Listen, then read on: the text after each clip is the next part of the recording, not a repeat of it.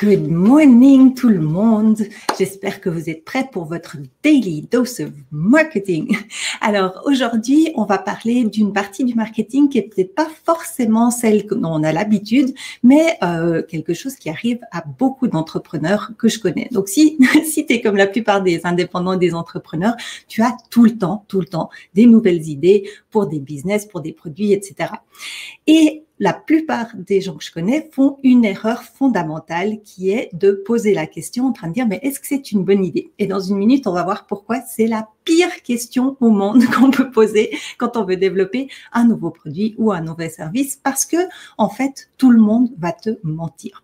Mais juste avant, je veux vite partager mon écran pour qu'on regarde un tout petit peu ici.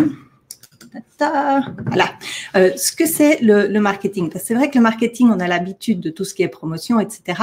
Mais en fait, la première phase de marketing, c'est vraiment de s'assurer qu'on répond à un besoin. Puis c'est là où on va faire notre fameuse étude de marché, développer des produits, etc. Trouver un alignement entre les personnes qu'on va servir, le produit qu'on offre et le besoin qu'ils ont. Donc ça, c'est vraiment la première chose à faire quand on a une idée de produit. Ensuite, quand on a réussi à faire cet alignement, on va commercialiser notre produit. Alors, dans cette toute première phase-là, en fait, je vais revenir ici, on ne veut jamais demander à quelqu'un si c'est une bonne idée parce qu'en fait, tout le monde va te mentir.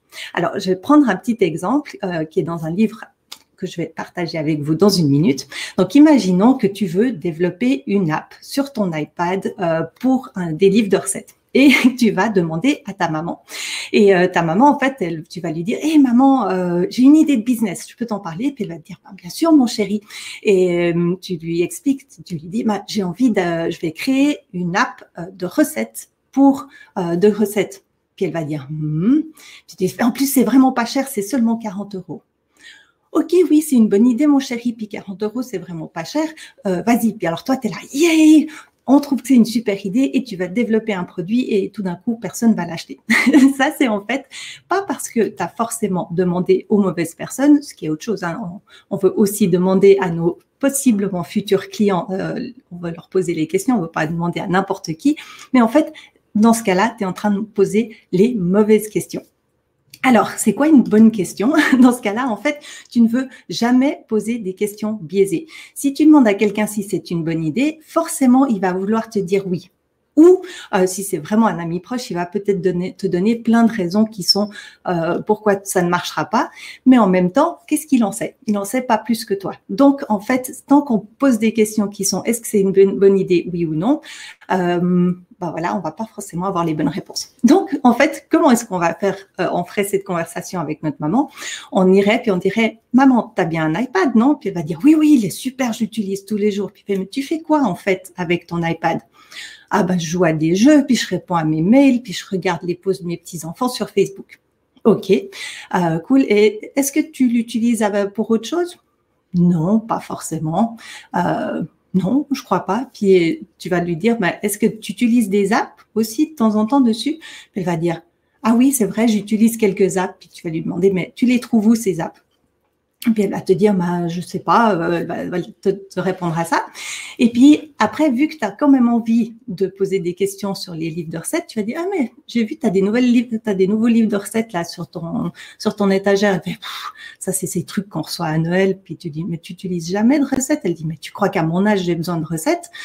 Puis tu dis, mais aucun, jamais. Puis elle dit, ah non, mais c'est vrai, attends, j'ai recherché des recettes en ligne pour papa parce qu'il voulait devenir végétarien, etc. Donc, tu vois, en discutant avec elle, tu vas commencer à dire, peut-être que si on fait une app qui est vraiment spécifique à un certain type de nourriture, ça sera peut-être plus intéressant que si on essaie de faire quelque chose de global.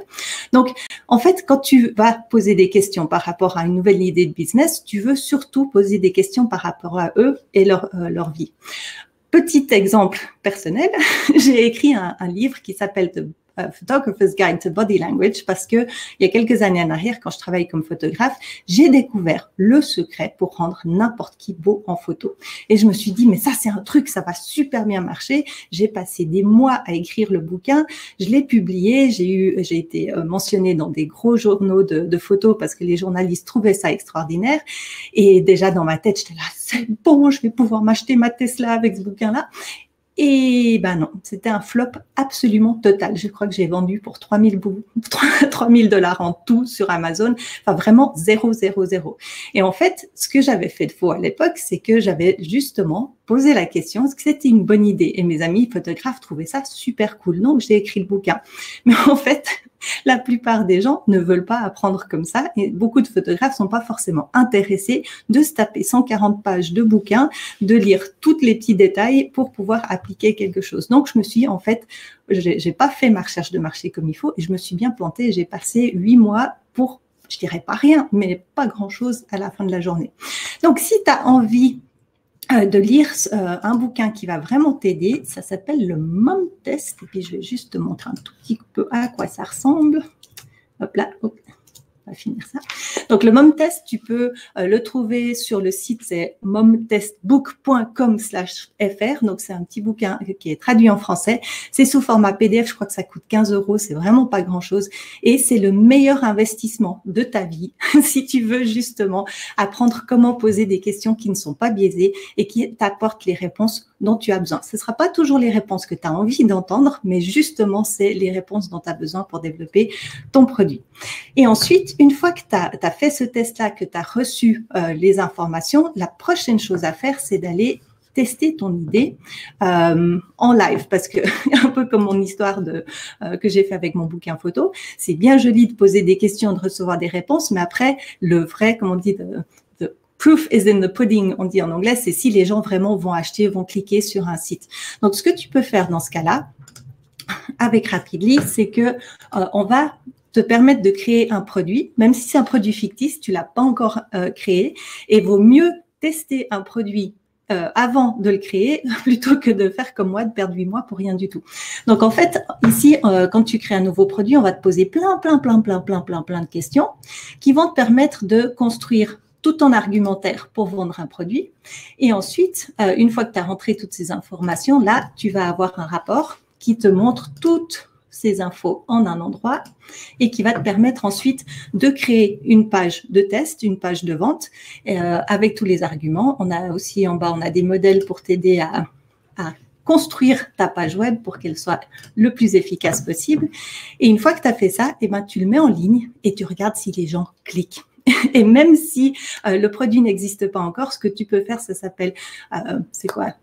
Non, je ne me rappelle plus du nom. Ça a un terme quand tu fais ce genre de page-là. En fait, tu fais la page de vente et si quelqu'un clique dessus, t'amènes à une deuxième page qui explique en fait ta démarche. Tu dis merci beaucoup pour votre intérêt pour ce produit-là. Il est en phase de développement. Laissez-moi votre email si vous êtes intéressé et je vous dis dès qu'il est prêt. Et en fait, tu vas voir si des gens interagissent, sont vraiment intéressés à recevoir de l'information ou pas. Parce que si personne ne répond, eh ben, ça veut dire que tu n'es pas sur la bonne voie et vaut mieux l'avoir testé avant. Voilà. Donc, j'espère que ça a été utile pour vous aujourd'hui. Et je profite pour rappeler que ce soir, on a un webinaire à 20h. Hop là, c'est où mon ami? Ici. On a un webinaire ce soir. Zut, je suis où? Ah, il était en arrière. Voilà, le truc du live. On a un webinaire à 20h ce soir où on va montrer 4 exemples concrets de marketing. Donc, si tu n'es pas encore inscrit, inscris-toi encore aujourd'hui. Comme ça, tu pourras poser les questions à la fin. Et de toute façon, c'est enregistré si jamais vous avez besoin de le revoir plus tard. Et comme pour toujours, si ces lives te sont utiles, s'il te plaît, mets-moi un petit commentaire pour que je vois que vous êtes là, que ça vous intéresse, que c'est intéressant pour vous et que si vous avez des questions, on peut y répondre après. Et puis, partagez si typiquement vous avez quelqu'un que vous connaissez qui est en train de développer son produit. Voilà, de le partager comme ça, il est au courant de ces informations-là. Et finalement, si tu veux être averti quand on part en live, tu peux cliquer sur la petite cloche qui est là en haut à droite et comme ça, Facebook te dira 10 minutes avant si tu es en live. Coucou Célia, merci beaucoup à toi aussi d'être là. Donc voilà, si vous n'avez pas de questions, j'y réponds volontiers. Il y a toujours un petit décalage d'à peu près 1 minute, donc j'attends un tout petit peu. Si vous avez des questions, j'y réponds volontiers en live. Sinon, eh ben, on se retrouve peut-être ce soir ou vous allez de toute façon vous retrouver demain avec Laurence. Et voilà, je crois qu'il n'y a pas d'autres questions. Donc, je vous souhaite une excellente journée. À tout bientôt. Ciao, ciao.